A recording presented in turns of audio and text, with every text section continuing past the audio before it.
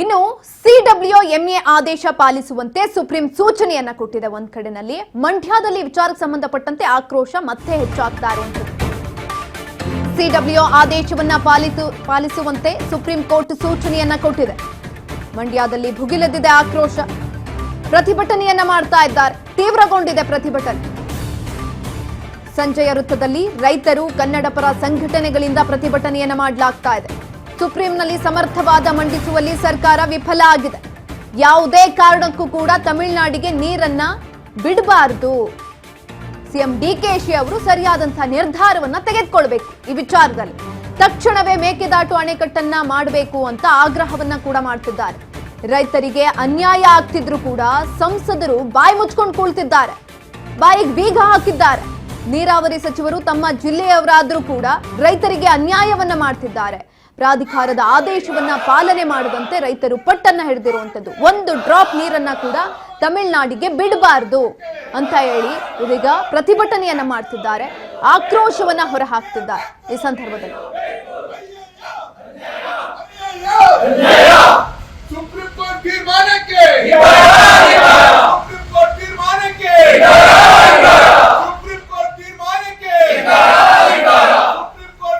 ಎರಡು ಪ್ರಾಧಿಕಾರ ಕೊಟ್ಟಿರುವಂತಹ ತೀರ್ಮಾನನ ಎತ್ತಿ ಹಿಡಿದು ಅದೇ ಪ್ರಮಾಣದಲ್ಲಿ ನೀರನ್ನ ಬಿಡಿ ಅಂತ ಸೂಚನೆ ಕೊಟ್ಟಿದೆ. ಒಂದು ಸುಪ್ರೀಂ ಕೋರ್ಟ್, ಒಂದು ದೇಶದ ಬಹಳ ದೊಡ್ಡ ದೇಶದ ಸುಪ್ರೀಂ ಕೋರ್ಟ್ ಈ ತೀರ್ಮಾನ ಹೇಳ್ಬೇಕಾದ್ರೆ ಅನುಕೂಲ ಪಡ್ಕೊಂಡಿರೋ ರಾಜ್ಯ ತಮಿಳುನಾಡಿನವರು ಸರಿಯಾದಂತ ಮಾಹಿತಿ ಕೊಟ್ಟವ್ರೆ. ಕರ್ನಾಟಕದ ರಾಜ್ಯದವರು ನಮ್ಮ ಹಿತವನ್ನ ಕಾಪಾಡಬೇಕಾದಂತವ್ರು ಸರಿಯಾದಂತ ಮಾಹಿತಿ ಕೊಡದೆ ಸುಪ್ರೀಂ ಕೋರ್ಟ್ ಈ ತೀರ್ಮಾನ ಕೊಡಕ್ಕೆ ಕಾರಣ ಆಗಿರೋದ್ರಿಂದ ನೇರವಾಗಿ ಇವತ್ತು ಮಂಡ್ಯ ರೈತರಿಗೆ ನೀರಿಲ್ಲದೆ ಇರುವಂತ ದಿನ ಕಾಣೋದಿಕ್ಕೆ ಈ ರಾಜ್ಯ ಸರ್ಕಾರ, ವಿಶೇಷವಾಗಿ ಕಾಂಗ್ರೆಸ್ ಸರ್ಕಾರನೇ ಕಾರಣ ಆಗ್ತಾ ಇದೆ. ಇವರಿಗೆ ನನಗೆ ನೀರ್ ಬಿಟ್ಟಿಲ್ಲ ರೈತರನ್ನ ರಸ್ತೆಗೆ ನಿಲ್ಲಿಸಿದ ರಾಜ್ಯ ಸರ್ಕಾರ ಧಿಕ್ಕಾರ.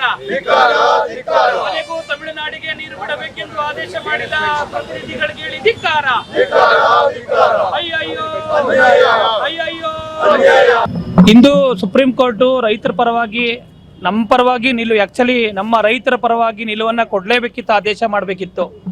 ಯಾಕೆ ಕರ್ನಾಟಕದ ಪರವಾದ ವಕೀಲರು ಅಷ್ಟು ಸಮರ್ಥವಾಗಿ ಮಂಡನೆ ಮಾಡಿದ್ರೂ ಕೂಡ ಕಾವೇರಿ ನೀರು ನಿರ್ವಹಣಾ ಸಮಿತಿ ಮತ್ತು ಪ್ರಾಧಿಕಾರಗಳ ಆದೇಶವನ್ನೇ ಎತ್ತಿಡಿದಿರುವಂಥದ್ದು, ನೀರನ್ನು ಬಿಡಬೇಕನ್ನೋ ಆದೇಶ ಮಾಡಿರುವಂಥದ್ದು ತೀರ ಖಂಡನೀಯ. ದಯಮಾಡಿ ನಾನು ವಿನಂತಿ ಪೂರ್ವಕವಾಗಿ ಕೇಳ್ಕೊತಿದ್ದೀನಿ, ನ್ಯಾಯಾಧೀಶರು ನ್ಯಾಯವನ್ನು ಪ್ರಕಟಿಸಿರುವಂಥವರು ನಮ್ಮ ಕಾವೇರಿ ಕೊಳದ ಜಲನಯನ ಪ್ರದೇಶಕ್ಕೆ ಬಂದು ವೀಕ್ಷಣೆ ಮಾಡಿ ವಸ್ತುಸ್ಥಿತಿಯನ್ನು ಆಧಾರದ ಮೇಲೆ ಆದೇಶ ಮಾಡಲಿ ಅನ್ನೋ ಆಗ್ರಹವನ್ನು ಮಾಡ್ತಾ ಇದ್ದೀನಿ. ಕುಡಿಯುವ ನೀರಿಗಾಗಿ ಬೊಕ್ಸೆಯಷ್ಟು ಇರುವಂಥ ನೀರನ್ನು ಕೂಡ ತಮಿಳುನಾಡಿಗೆ ನೀರು ಬಿಡಬೇಕು ಅಂತೇಳಿ ಈಗಾಗಲೇ ಸರ್ಕಾರ ಕದ್ದು ಮುಚ್ಚಿ ನೀರು ಬಿಡ್ತಾನೆ ಇದೆ. ಕಬಿನಿಯಿಂದ 12,000 ಕ್ಯೂಸೆಸ್ ಹೆಚ್ಚುವರಿ ನೀರು ಹೋಗ್ತಾನೆ ಇದೆ.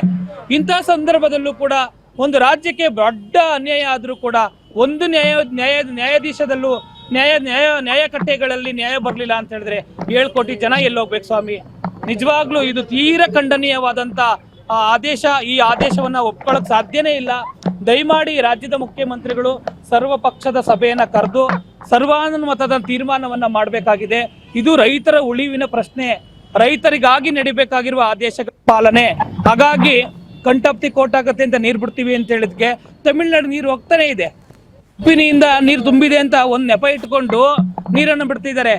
ನಾವು ಎಷ್ಟು ಆಗ್ರಹದ ಮಧ್ಯದಲ್ಲಿ KRS ಅಲ್ಲಿ ಮಧ್ಯರಾತ್ರಿ ಬಿಟ್ಟರು, ಅದು ಆಗ್ರಹ ಮಾಡಿದ